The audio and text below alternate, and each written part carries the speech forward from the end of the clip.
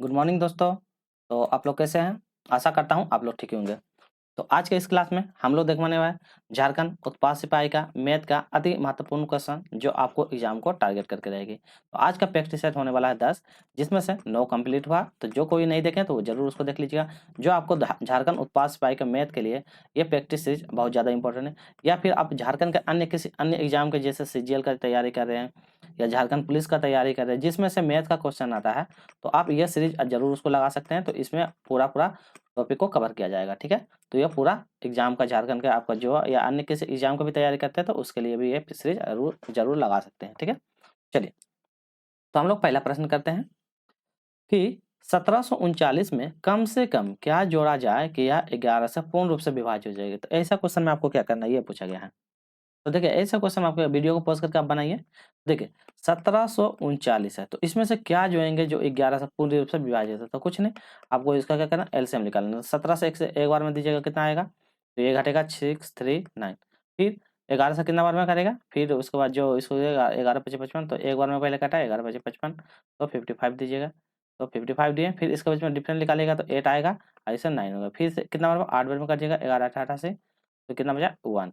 तो 1 जो है ये नंबर बचता है। तो हमको क्या कहता है 11 से पूर्णतः से विभाजित करने के लिए, तो 11 से यदि हम एक नंबर घटा देंगे तो ये 10, तो 10 नंबर ऐसा है जो क्या कहता है इसको पूरी तरह से विभाजित कर देगा। तो ये इसी तरह का क्वेश्चन जब रहेगा तो इसी तरह करना है, कुछ नहीं करना है, मतलब डिवाइड करना है। डिवाइड करने के बाद जो आपका लास्ट में जो नंबर बचता है, अब इसको देखिए 1739 को आप 10 से इसको डिवाइड करके देखिए पूरी तरह से कट जाएगा। एक बार में कटिए 10 दीजिएगा तो कितना आएगा 739, फिर 10 सत्ते 70 हो जाएगा तो 70 हो जाएगा। फिर उसके बाद आएगा 39, फिर 10 30 आएगा।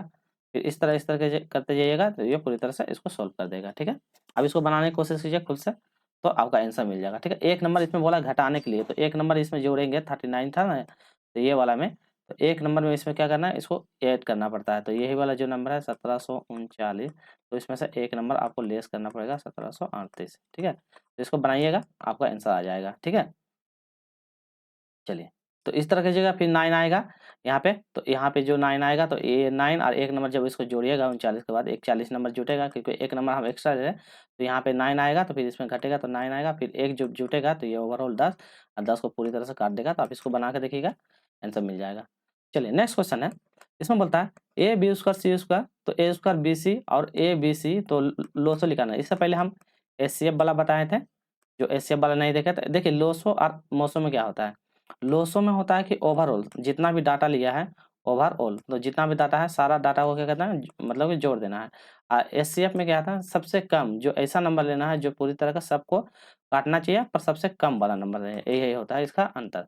देखिए इस टाइप का क्वेश्चन में क्या करना है, पहला है ए उसका ए बी उसका सी। ठीक है, तो ए बी उसका सी को क्या करना है, ए पहले ए बी स्क्वायर और सी स्क्वायर, तो ये वाला है। तो पहला डाटा लिखेंगे, तो ए गुना बी, ठीक है, फिर गुना सी, ऐसा कर देना है। फिर दूसरा डाटा बोलता है ए स्क्वायर बी सी, तो दूसरा डाटा है ए स्क्वायर बी और सी। तो इसके लिए क्या करना, ए गुना बी गुना सी, ऐसा हो गया। आज लास्ट वाला डाटा है ए, मतलब यहाँ पे स्क्वायर स्क्वायर है, यहाँ पे ए क्यू बी क्यू और सी स्क्वायर है, ए वाला डाटा होगा ऊपर में। तो फिर लास्ट वाला लिखेंगे ए क्यू फिर बी क्यू और सी का स्क्वायर। तो इसको करना ए गुना ए, फिर बी और गुना सी। तो ऐसा हो गया। अब देखिए एलसीएम में क्या होता है कि जो जो डाटा आपको काटना पूरी तरह से सबको काटना चाहिए, मतलब सबसे बड़ी संख्या। तो देखिए ए, तो यहाँ पे 3 ए है, तो जो भी नंबर रहेगा तो उसको लिखेंगे ए क्यू आ जाएगा। फिर देखिए यहाँ से सबसे बड़ा जो आपको मिलेगा डाटा, तो यहाँ बी है तो बी का क्यू ले लेंगे, बी का क्यू। और यहाँ पे सी स्क्वायर है तो यहाँ पे सी स्क्वायर है, ये सी है तो बच्चे आ जाएगा सी स्क्वायर। तो इसका A Q B Q C square, तो कहाँ पे है A Q B Q C square, यहाँ पे थोड़ा सा ऑप्शन गलत है। ठीक है, तो ए क्यू कर दीजिए, बी क्यू कर दीजिए, सी स्क्वायर कर दीजिए, ऑप्शन नंबर सी। तो ये वाला आंसर हो जाएगा। तो इसी तरह करके आपको इस टाइप का क्वेश्चन रहेगा और इसी तरह आपको बनाना पड़ता है। एससीएम में रहता है तो इसमें से सबसे कॉमन जैसे आ जाता, तो इसमें सबसे कॉमन कौन था, ए आ जाता, बी आ जाता और सी आ जाता, तीनों में सबसे कॉमन ए बी सी आ जाता, ऐसे में से। ठीक है, चलिए ये क्वेश्चन छोड़ दीजिए, इसको नेक्स्ट वाला पार्ट में लाएंगे। चलिए अगला क्वेश्चन है, इसमें बोलता है एक आदमी 1 रुपया में 5 पेन खरीदता है और 1 रुपया में 4 पेन बेचता है, तो उसका लाभ प्रतिशत ज्ञात करना। तो देखिए ऐसे क्वेश्चन में आपको क्या करना है, तो देखिए पहले इस टाइप का क्वेश्चन है तो यहाँ पे लिखना है, पहले फॉर्मूला आता है रुपया या तो डायरेक्ट उससे भी पुट कर सकते हैं। तो डायरेक्ट होता है रुपया, देखिए 5 पेन खरीदता है तो यहाँ पे लिखते हैं वस्तु, ये फॉर्मूला होता है, या ऐसे भी कर सकते हैं वस्तु, और यहाँ पर होता है प्लस या माइनस इनटू जो भी होता है 100 में प्रॉफिट हो रहा है या लॉस हो रहा है, तो ऐसा करके लिखेंगे बराबर, फिर लिखेंगे यहाँ पे रुपया बटे यहाँ पे लिखेंगे वस्तु, जो भी रहेगा यहाँ पे इंटू देना है 100 में यदि प्रॉफिट हो रहा है तो प्रॉफिट, और यदि लॉस हो रहा है तो लॉस, तो ये वाला फॉर्मूला होता है। ठीक है, चलिए तो देखिए यहाँ पे कहते हैं रुपया, मेरा रुपया गया 1 रुपया, 1 रुपया में वस्तु कितना है 5 पेन, 5 पेन खरीदा तो कितना, मतलब इसमें तो हमको लाभ और प्रॉफिट पता नहीं है, यदि इसी में बोलता था 20% का लाभ हो रहा है तो यहाँ पे 100 में 20 प्लस 120 कर देते हैं, यहाँ पे लाभ नहीं पूछा है तो इसको डायरेक्ट छोड़ दीजिए, तो 100 ही लिख दीजिए, 100 में प्लस या प्रॉफिट या लॉस पता नहीं है तो ऐसे ही छोड़ दीजिए। ठीक है, बराबर, इसका बराबर नीचे दीजिएगा, फिर इसमें देखिए दूसरा में क्या 1 रुपया, तो 1 रुपया वस्तु कितनी है 4, 4 वस्तु है इंटू 100 या प्रॉफिट या लॉस, तो इसमें तो हमको प्रॉफिट लॉस पता नहीं है क्या है। अब देखिए इसको क्या करना है, इसके बाद नेक्स्ट इतना हो गया, तो ये वाला आ गया, तो यहाँ आने के बाद अब क्या करना है, इसके बाद यहाँ पे आने के बाद अब देखिए ये 100 प्रॉफिट लॉस, इसमें से कोई अंतर नहीं, ये तो कट जाएगा। अब बचा मेरे पास 1/5 बराबर 1/4, ये बच गया। अब जब इसको करो मल्टीप्लाई करेंगे तो इधर आ जाएगा 4, तो 4 आपका हो जाएगा CP, तो 4 हो जाएगा CP और बराबर हो जाएगा 5, मतलब ये वाला हो जाएगा CP हो जाएगा और SP हो जाएगा 5, ये हो जाएगा। ठीक है, क्यों, देखिए जब क्रॉस हो जाएगा तो इधर 4 आ जाएगा और इधर 5 आ जाएगा, ऐसा हो जाएगा। अब देखिए दोनों के बीच में अंतर निकालिए, 4 और 5 के बीच में अंतर कितना 1, 1 का अंतर कितना, सब जब भी निकालेंगे तो हम CP भी निकालते हैं, तो कितना 4 × 100, इसको कीजिएगा कितना कटेगा 25 बार में, तो 25 बार में क्या मेरा प्रॉफिट हो रहा था, 25% का मेरा प्रॉफिट हो रहा था, सही आंसर। तो उसका बोला क्या इसमें पूछा, उसका लाभ प्रतिशत ज्ञात करें, तो लाभ प्रतिशत मेरा 25% हो जाएगा। ठीक है, ये फॉर्मूला था रुपया वस्तु इंटू 100 प्लस प्रॉफिट, रुपया वस्तु 100 प्लस, तो कितना कितना कर देना, इसको सॉल्व कीजिएगा आंसर आ जाएगा। नेक्स्ट क्वेश्चन है, इसमें देखिए इसमें क्या पूछा है कि 4 वर्ष पहले विकास और राहुल की आयु का अनुपात दिया इतना में, फिर 6 वर्ष बाद इनका आयु का अनुपात इतना है, तो राहुल की वर्तमान आयु पूछा गया है। ऐसे क्वेश्चन में आप क्या कीजिएगा, तो पहले देखिए पहले का आयु दिया है और बाद का आयु, तो देखिए पहले यहाँ लिखे विकास, तो यहाँ लिखे पहले विकास, यहाँ विकास लिख दिए और इसके बाद लिख देंगे राहुल, तो विकास और राहुल लिख दिए, तो विकास और राहुल लिख देने के बाद यहाँ पे दोनों का अनुपात दिया है 3:5, ये दोनों हो गया। तो 4 वर्ष पहले पूछा और 6 वर्ष बाद बोला है, तो दोनों का अनुपात कितना 4:5, तो बाद में हो जाता है 4:5, ये हो जाता है बाद में। ठीक है, तो यहाँ पे इसको एरो एरो देते हैं और यहाँ से फिर आगे बढ़ते हैं। देखिए ये वाला पहले का है, तो पहले के यहाँ पे देखिए, तो पहले के यहाँ पे दिया हुआ है 4 वर्ष पहले, तो यहाँ लिखे 4 वर्ष पहले, तो ये पहले वाला दिया हुआ, और यहाँ पे बोला है बाद में 6 वर्ष बाद, तो ये वाला बाद का अनुपात दिया है 6 वर्ष बाद, तो 6 वर्ष बाद का अनुपात दिया हुआ है।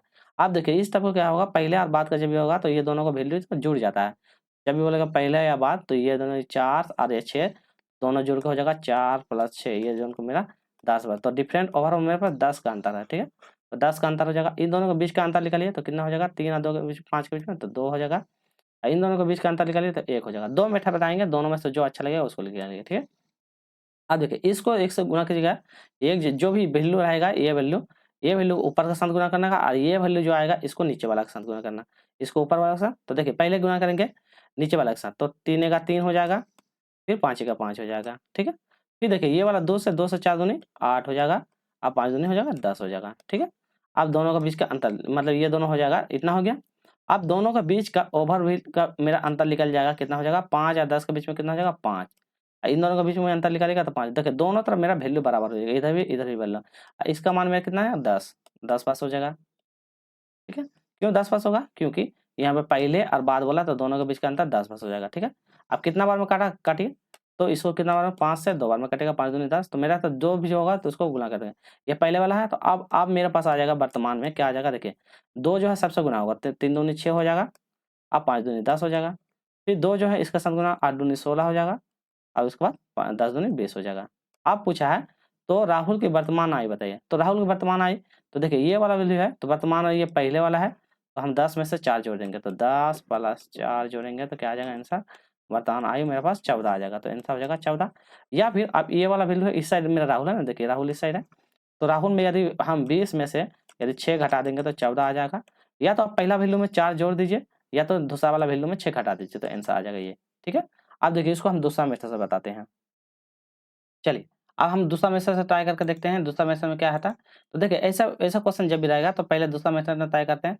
देखिए पहले बोला है यहाँ पे कि बोलता है कि 4 वर्ष पहले, तो 4 वर्ष जब भी बोलेगा तो हम वैल्यू में क्या कहते हैं माइनस कर देंगे। तो देखिए पहले बोला है विकास का आयु और बाद में बोला, तो देखिए पहले बोला है दोनों को पहले मानेंगे, पहला माना विकास को मानो एक्स मान लेंगे और राहुल को माने भी वाई मान लेंगे। तो एक के मानेंगे एक्स और दूसरा को मानेंगे वाई, तो माना विकास को मानेंगे एक्स और इसको मानेंगे वाई, तो एक्स वाई लेके मानेंगे। तो देखिए सबसे पहले बोला है कि विकास का आयु और राहुल का आयु का अनुपात 3:5 है। तो हमको तो पता नहीं 4 वर्ष पहले बोला, तो एक्स में से हम क्या कहते हैं विकास का आयु कितना है, एक्स को मानेंगे 4, तो विकास का आयु एक्स में से 4 घटा देंगे।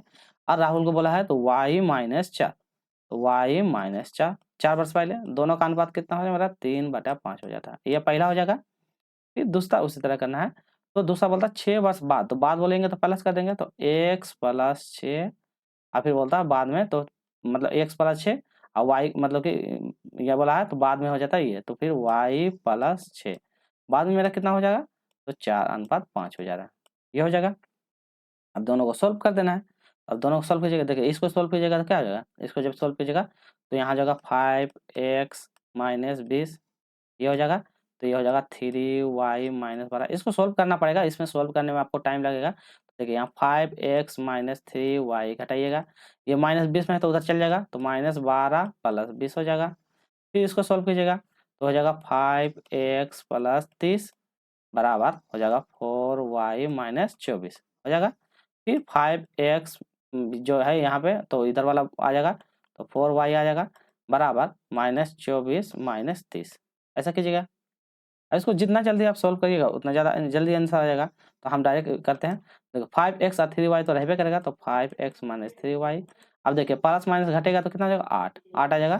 फिर इसमें देखिए 5x - 4y, ये एक्स वाई करके थोड़ा सॉल्व करने में टाइम लगेगा। ये दोनों का बीच जोड़िएगा कितना होगा 30 20 50, तो -50, ठीक है। अब देखिए पहला इक्वेशन आ गया, दूसरा इक्वेशन। अब पहला इक्वेशन और दूसरा इक्वेशन को सॉल्व करना होगा। इसमें से थोड़ा सा यहाँ पे सॉल्व कर लेते हैं, स्पेस नहीं है, तो चलिए थोड़ा-सा इसको हम आगे बढ़ते हैं और देखते हैं, इसको स्पेस लेके लिखते हैं, कलर चेंज करते हैं ताकि अच्छा समझ में आए। अब देखिए यहाँ पे हो गया। अब देखिए पहला इक्वेशन और दूसरा इक्वेशन को अब सॉल्व करना होगा, तो यहाँ पे पुट करना होगा। तो 5x - 3y = 8, फिर 5x - 4y = -50। अब इसको x y करके सॉल्व कीजिएगा तो 5 5 कट जाएगा, ये दोनों में घटेगा तो y आएगा। फिर इसको इसमें से 50 में 8 घट जाएगा, कितना 50 में 8 जाएगा तो आपका आ जाएगा 42, ठीक है। और यहाँ पे y, तो इस तरह करके आपको सॉल्व करना होगा। फिर इसका मान जो है पहला इक्वेशन में रखिएगा, तो 5x का जहाँ पे है -3y की जगह 42 पुट करना होगा बराबर 8। फिर इसको सॉल्व कीजिएगा, x का मान आएगा, ऐसा करके आपको सॉल्व करना होगा। तो ये लेंदी हो जाएगा, तो आप इस तरह का नहीं कीजिएगा, तो आप उस तरह करके कर सकते हैं, ठीक है। तो आप इस तरह करके इसको बना सकते हैं। चलिए हम लोग फिर आगे बढ़ते हैं, इस तरह करके आप सॉल्व कर लीजिएगा। 1 मिनट इसको इरेज कर देते हैं। तो अब इस तरह करके इसको सॉल्व कीजिएगा, आंसर आ जाएगा, आपको बन जाएगा आंसर, ठीक है। तो इस तरह कोशिश कीजिएगा बनाने का, तो आ जाएगा। 1 मिनट देखते हैं यहाँ पे, 1 मिनट यहाँ पे थोड़ा-सा ये हो जाएगा। 1 मिनट यहाँ पे देखिए, यहाँ पे थोड़ा-सा एरर हो जाएगा। देखिए यहाँ पे प्लस है ना, तो यहाँ प्लस दीजिएगा, हम थोड़ा-सा गलत कर 5x - 4y, यहाँ पे एक प्लस हो जाएगा +24, तो 6 चौके 24 हो जाएगा, इधर 24 हो जाएगा और इधर जाएगा 30 घटेगा तो यहाँ पे आएगा 6, ठीक है। आप सोल्व कीजिएगा, 5x - 4y का मान 6 आएगा और दूसरा जो था उसका मान पहला का इक्वेशन का मतलब 5x - 3y का मान 8 आया। अब इस दोनों को इक्वेशन को सॉल्व करना होगा, यहाँ पे थोड़ा-सा गलत कर दिए थे, ठीक है। अब दोनों को पहला इक्वेशन और दूसरा इक्वेशन को सॉल्व कीजिएगा, दोनों इक्वेशन का मान, तो मेरा ये पहला इक्वेशन आ गया और ये दूसरा इक्वेशन आ गया। तो दोनों इक्वेशन को पहला x दोनों को सोल्व कीजिएगा, x का मान आएगा, फिर उसके बाद x का मान आएगा, y का मान आएगा, दोनों में सोल्व कीजिएगा, जो आंसर आएगा उसको पुट कर देना है। ऐसा ही करना पड़ेगा, ठीक। चलिए नेक्स्ट क्वेश्चन करते हैं हम लोग। अगला क्वेश्चन की ओर बढ़ते हैं और देखते हैं इसमें क्या बोलता है। देखिए इसमें बोलता है कि ए और बी 4 गुना अधिक तेज काम कर सकता है, इसीलिए वह एक काम को बी की तुलना में कितना 7 दिन पहले कर सकता है। तो यदि वो एक साथ काम करे तो कितने दिन में पूरा करेगा, यह पूछा गया है। तो देखिए ए बी से कितना 4 गुना, तो देखिए यहाँ पे ए लिखेंगे, यहाँ बी लिखेंगे, तो बी से 4 गुना, तो बी को मान लेते हैं 1 गुना काम करता है, तो इससे 4 गुना काम करेगा, तो ये 4 गुना काम कर देगा, ठीक है। इसीलिए वह एक काम को बी की तुलना में 7 दिन पहले कर देता है। तो बी की तुलना में 7 दिन पहले, तो ये दोनों तुलना करेंगे तो तुलना कितना 3, तो 3 दिन में कितना 60 काम कर रहा है, तो ये दोनों काटिएगा तो कितना 20 काम हो जाएगा। अब बोलता है तो यदि वह एक साथ मिल के काम करेगा तो कितना होगा? एक साथ मिलकर, अब मेरा बी का कैपेसिटी आ गया, सबको पता है। तो पहले 20 गुना 4 करेंगे तो ए का मान और बी का मान नया मान आ जाएगा। तो 20 गुना 4 हो जाएगा 80 और दूसरा हो जाएगा 20। अब दोनों का एलसीएम लेकर सोल्व करना होगा। ये दोनों का एलसीएम लीजिएगा कितना, मान ले इन दोनों का एलसीएम 80 ही मान लेते हैं, ठीक है। तो यहाँ पे ऐसा करके कीजिएगा, तो ए और बी कर दीजिए, ए अनुपात और बी अनुपात। तो ए का मान मेरा आ गया 80 और बी का मान आ गया मेरा कितना, बी का मान आएगा तो 20। ये हो गया, दोनों का एलसीएम लेंगे 80, तो 80 से एक बार में, 20 से 4 बार में, ठीक है। अब क्या बोलता है, तो दोनों मिल के कितने दिनों का काम पूरा करता है, दोनों मिल के, तो 4 और 1 5 काम, तो 80 काम है, 4 और 1 5, 5 मिल कर करेगा तो कितने दिन में करेगा, 16 दिन में। तो आपका आंसर कहाँ हो जाएगा, 16। तो सही आंसर हो जाएगा 16 दिन में, ठीक है। अब ऐसे भी करके बना सकते हैं, ये सब क्वेश्चन हल्का है, आराम से इसको बना सकते हैं। चलिए हम लोग आगे की ओर बढ़ेंगे, अभी नेक्स्ट क्वेश्चन की ओर चलते हैं। तो समझ में आ गया, दोनों का कैपेसिटी लिखा, दोनों के बीच का डिफरेंस निकालिएगा, दोनों का एलसीएम निकालिएगा और दोनों का मान निकल जाएगा। नेक्स्ट क्वेश्चन करते हैं, इसमें बोलता है कि 5 लीटर, तो देखिए 5 लीटर मिश्रण में, चीनी के मिश्रण में 6% चीनी है, तो उसमें 1 लीटर पानी भाप बनकर उड़ जाता है, तो शेष मिश्रण का प्रतिशत क्या कहता है, ये बताना है। तो बताइए इसमें क्या करना होगा। तो देखिए 5 लीटर चीनी है, तो लिखेंगे पहले 5 लीटर चीनी है, तो 5 लीटर चीनी में कितना, 6% चीनी है, तो परसेंट हटाने के लिए क्या, 100 से भाग कीजिएगा, तो आपका पास पर आ जाएगा ओवरऑल। तो कितना, 6 पंचे 30, तो 30/100। इसको सॉल्व कीजिएगा कितना, 1 0 1 करेगा तो 0.3। तो मेरे पास अभी वर्तमान में इतना आ गया, ठीक है। देखिए माना एक्स वाई ऐसा करने नहीं, डायरेक्ट हम आंसर में आते हैं, तो एक्स वाई उतना नहीं मानना, चीनी की मात्रा। तो यदि आप लिखना चाहते हैं तो लिख सकते हैं, तो चीनी की मात्रा। तो आप जो एग्जाम में इतना लिखना नहीं है, आपको डायरेक्ट सोल्व करना है, तो इसलिए हम सोल्व करके ही बताते हैं, इतना नहीं लिखते हैं। तो इस तरह करके बता देते हैं डायरेक्ट शॉर्ट में। इतना आ गया। आपका पास कितना बोला, पहले 5 लीटर था, तो पहले 5 लीटर पानी था, 5 लीटर पहले पानी था, जिसमें से भाप बन के उड़ जाता, पूछा ना, देखिए उसमें से 1 लीटर भाप बन के उड़ जाता है, तो 1 लीटर पानी उड़ जाएगा, तो आपके पास बचे कितना, 4 लीटर। पहले 5 था, 1 लीटर उड़ जाता तो बचा इतना, तो शेष मिश्रण में चीनी का प्रतिशत बताना है। तो देखिए मेरे पास अभी 4 लीटर है, अब मेरे पास मान था 0.3 लीटर, जिसमें से 4 लीटर मेरा बचा हुआ, इंटू 100 कर दीजिएगा। ये नीचे से उड़ेगा तो नीचे 10 आएगा, 1 0 0 कटेगा तो कितना आएगा, 30/4। तो इसको काटेगा तो कितना बार में कटेगा, 4 7 28, 4 5 20, तो 7.5%। तो कहाँ पे है 7.5%, ऑप्शन नंबर सी हो जाएगा, ठीक है। देखिए क्या किया है, पहले चीनी की मात्रा लिखना है, तो ये दोनों को पहले निकालेंगे, तो मेरे पास आया 0.3%, ठीक है। तो मेरे पास कितना आएगा, तो 0.3% ये आ गया। अब इसमें से बोल रहा है कि 5 लीटर मेरे पास था, जिसमें से 1 लीटर भाप बन के उड़ जाता था, 5 लीटर था, 1 लीटर उड़ जाएगा, तो मेरे पास 4 लीटर बचेगा। तो बोलता है शेष मिश्रण में चीनी की प्रतिशत, तो मिश्रण का मतलब मेरे पास 0.3% है, जिसमें से मेरा बचा हुआ 4 लीटर, ये दोनों सोल्व कीजिएगा तो आ जाएगा इतना, ठीक है। चलिए नेक्स्ट है, एक टैंक में 2 नल लगे हैं, एक नल 8 घंटे में भर देता है और दूसरा नल 10 घंटे में खाली करता था। देखिए पहला है भरता है, तो भरने के लिए 8 लिख देंगे, और खाली करता है तो माइनस कर देंगे, 10 लीटर में खाली करता है। तो इसको मान लेते हैं ए, इसको मान लेते हैं बी, ठीक है। चलिए तो दोनों नल एक साथ खोल दिया तो कितना समय लगेगा, तो दोनों के बीच का एलसीएम किया, 10 से 80, तो दोनों के बीच में 80, तो 8 10 बार में करेगा, 10 मतलब ये 8 बार में कटेगा, ठीक है। अब बोला है कि पहला, देखिए पहला काम करता है भरने का, दूसरा करता है खाली करने का, दोनों के बीच का अंतर कितना, मेरा 2, 2 का अंतर है। तो टैंक को भरने में कितना समय लगेगा, तो 80 काम है, ये 2 से 10 से खाली कर दे रहा है, तो बचेगा कितना, 40। तो ये सही आंसर हो जाएगा 40। तो कितना लगेगा, 40 मिनट का समय लग जाएगा, तो टोटल 45 घंटे का टाइम लग जाएगा, ठीक है। चलिए नेक्स्ट क्वेश्चन है, इसमें पढ़िए। ये क्वेश्चन में क्या बोला है कि किसी निश्चित धनराशि को चक्रवृद्धि ब्याज पर निवेश किया जाता है, तो 2 वर्षों के लिए 4% के लिए चक्रवृद्धि ब्याज की दर से यह राशि इतना रुपया हो जाती है, तो राशि ज्ञात करना है। तो ऐसे क्वेश्चन में आपको क्या करना होगा, तो देखिए सबसे पहले आपका, देखिए यहाँ पे पूछा मिलदर, तो प्रिंसिपल आपको पता नहीं है, छोड़ देते हैं। रेट आपको पता है 4%, हम डायरेक्ट माना उना नहीं करना, डायरेक्ट जो जो दिया उसको लिख देते हैं। मेरा मिश्र धन भी दिया हुआ है, मिश्र धन का मान मेरा कितना है, 338 रुपया, तो 338 रुपया मिश्र धन भी दिया हुआ है। टाइम, टाइम कितना दिया, टाइम मेरा 2 ईयर दिया है, सारा चीज हम लिख लिए, ओवरऑल सारा जितना डाटा है, तो ये मेरा पूरा डाटा लिखा गया। अब बोलता है इसको सोल्व करना है, तो देखिए मिश्र धन का फॉर्मूला आपको पता है क्या होता है, मिश्र धन बराबर, तो मिश्र धन, तो मिश्र धन बराबर होता है, हमको प्रिंसिपल निकालना है, तो प्रिंसिपल प्लस होता है ना A1 प्लस रेट बटा 100 पावर n, ऐसा करके, तो ये फॉर्मूला होता है। अब फॉर्मूला पर देखिए मिश्र धन आपको पता है कितना दिया, 338 रुपया, तो 338 मिश्र धन दिया है। प्रिंसिपल हमको नहीं है, तो प्रिंसिपल रखेंगे, गुना 1 प्लस रेट, रेट में कितना टाइम, दिया, मतलब दर दिया है 4% के दर से, तो रेट है मेरा 4%, रेट दिया 4%, यहाँ पे है 4%, टाइम कितना 2 साल के, 4/100 इंटू 2 साल।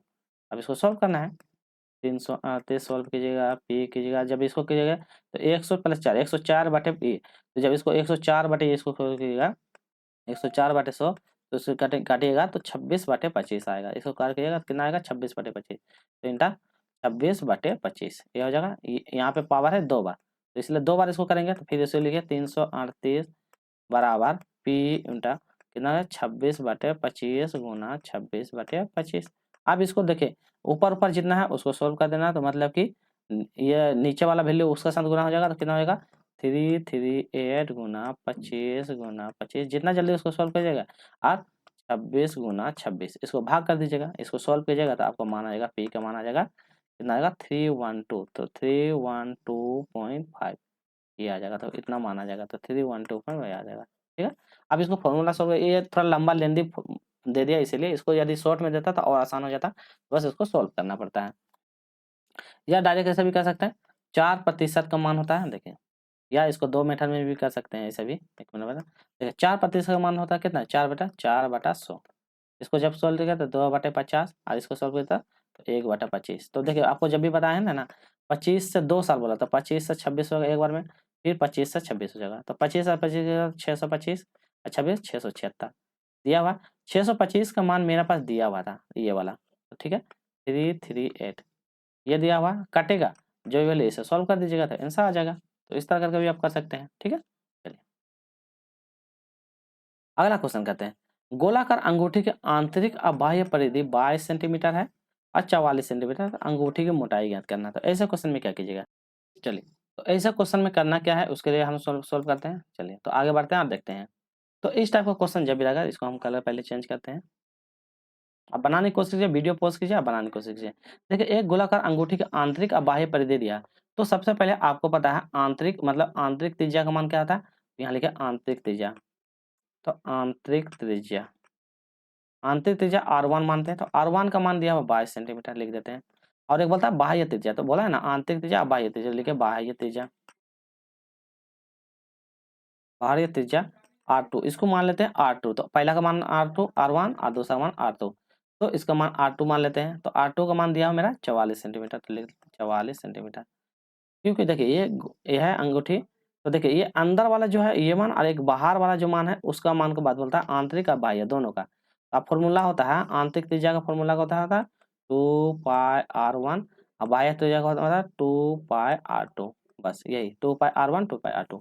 अब दोनों को वैल्यू को पुट कर देना है, तो ये देखिए पुट करेंगे तो 2πr1 बराबर करते हैं 2πr2, बराबर नहीं कर रहे हैं हम, सोल्व कर रहे हैं दोनों को। तो पहले का सोल्व कीजिएगा तो कितना आएगा, तो 2 गुना 22/7, R1 का मान कितना था मेरा 22, तो 22 लिख देंगे। फिर यहाँ 2 गुना 22/7, R2 का मान कितना 44, दोनों को सोल्व कीजिएगा आप। सोल्व करने की कोशिश करिए, देखिए ये सब क्वेश्चन के लिए कुछ नहीं है, आपको इस तरह क्वेश्चन बनाना ही पड़ेगा। ये वैल्यू पूरा कट जाएगा, 22 से 44 कटेगा तो ये कटेगा, तो 1:2, तो 1:2 के रूप में तो आ गया मेरा। ठीक है, जब इसको सॉल्व कीजिएगा उसको दोनों को सॉल्व कीजिएगा। अच्छा R1 और R2 का मान तो दिया हुआ है 2π, मतलब 2 गुना 22/7 R1 2πr2, तो R1 R2 का मान हो गया, इसमें थोड़ा सा कंफ्यूजन था। ठीक है, एक मिनट यहाँ पे थोड़ा सा गलत हो गया, रुकिए इरेज कर दे रहे हैं। थोड़ा सा यहाँ पे थोड़ा सा गड़बड़ा हो गया, क्या गड़बड़ा हुआ बताते हैं, क्योंकि देखिए वो इक्वल में था ना, तो इक्वल को उधर पास में ही रखना पड़ेगा। देखिए सबसे पहले क्या करना होगा, यहाँ पे देखिए पहले बोलता है 2πr1, तो 2πr1, तो 2πr1 का मान मेरा 22 दिया हुआ है, तो इसको सोल्व करिएगा तो 2 गुना 22/7 गुना R1 ऐसा होगा बराबर 22, इस तरह होगा ना। तो जब इसको काटिएगा तो 22 से 22 से कटेगा, ऐसा कटेगा, हम उल्टा काट देते हैं। अब इसको कटेंगे, इसको सोल्व कीजिएगा तो R1 बराबर क्या हो जाएगा, मतलब इसको कितना हो जाएगा 2/7 या 7/2, तो इसको जब सोल्व कीजिएगा तो वो आएगा 7/2 सेंटीमीटर। एक का आएगा पहला वन, दूसरा बोला है, दूसरा वाला बोलता है ना बाह्य त्रिज्या, तो इसमें बोलता फिर 2 गुना 22/7 गुना R2 का मान निकालिएगा, तो दूसरा का मान दिया 44, इसको फिर सोल्व कीजिएगा 22 से कितना करना है 2 बार में कटेगा, 2 बार में कटेगा, 2 से 2 कट जाएगा, तो R2 का मान कितना हो जाएगा आपके पास, R2 का मान हो जाएगा 7 सेंटीमीटर। तो ये देखिए पहला R1 का मान 7.5 मतलब 7/2 और दूसरा का मान दिया 7। तो अब इसमें पूछा है क्वेश्चन पढ़िए, क्वेश्चन में क्या बोला है, अंगूठे की मोटाई बताना है। तो मोटाई मतलब ये कितनी मोटी है वो पूछा गया। तो मोटाई के लिए क्या होता है, फॉर्मूला होता है, अंगूठे के लिए मोटाई के लिए फॉर्मूला होता है, यहाँ लिखे आंतरिक मोटाई का फॉर्मूला या अंगूठी की मोटाई। इसमें आपको फॉर्मूला याद रखना पड़ेगा। तो दोनों वैल्यू घटा देना, तो बड़ी वैल्यू माइनस छोटी वैल्यू। तो बड़ी वैल्यू का मान मेरा कितना दिखे, R2 का मान कितना दिया, R2 का मान 7, R1 का मान 7.5 मतलब आधा। तो यहाँ लिखेंगे 7 माइनस 7/2। इसको घटाइएगा, दोनों का एलसीएम लिखिएगा 2, फिर कितना 14 माइनस 7, तो कितना हो जाएगा 7/2। इसको सॉल्व कीजिएगा तो कितना हो जाएगा 3.5 सेंटीमीटर, तो 3.5 सेंटीमीटर। तो आ जाएगा क्या हो जाएगा आंसर 3.5 सेंटीमीटर, ये होगा। तो इसी तरह क्वेश्चन को आपको सोल्व करना, पहले दोनों का फॉर्मूला R1 इसको निकालना, पहले दोनों को सोल्व कीजिएगा, दोनों का मोटाई तो बड़ा वैल्यू माइनस छोटा वैल्यू, तो बड़ा वैल्यू माइनस छोटा वैल्यू कीजिएगा तो आंसर आ जाएगा। चलिए आज का अंतिम प्रश्न कर लेते हैं। यदि दो पूरा कोण 11:7 है तो छोटा कोण मतलब डी का मान बताना है। तो देखिए पूरा कोण दिया हुआ है और उसमें बोलता है छोटा कोण का मान बनाना है। तो ऐसा क्वेश्चन में आप क्या कीजिएगा बताइए, आपको टाइम देते हैं बनाइए और फिर उसके बाद हम लोग सॉल्व करेंगे। तो देखिए सबसे पहले जो पूरा कोण रहेगा, तो पूरा कोण का आपका फॉर्मूला याद रखना पड़ेगा, दो पूरा कोणों का योग का फॉर्मूला याद रखना।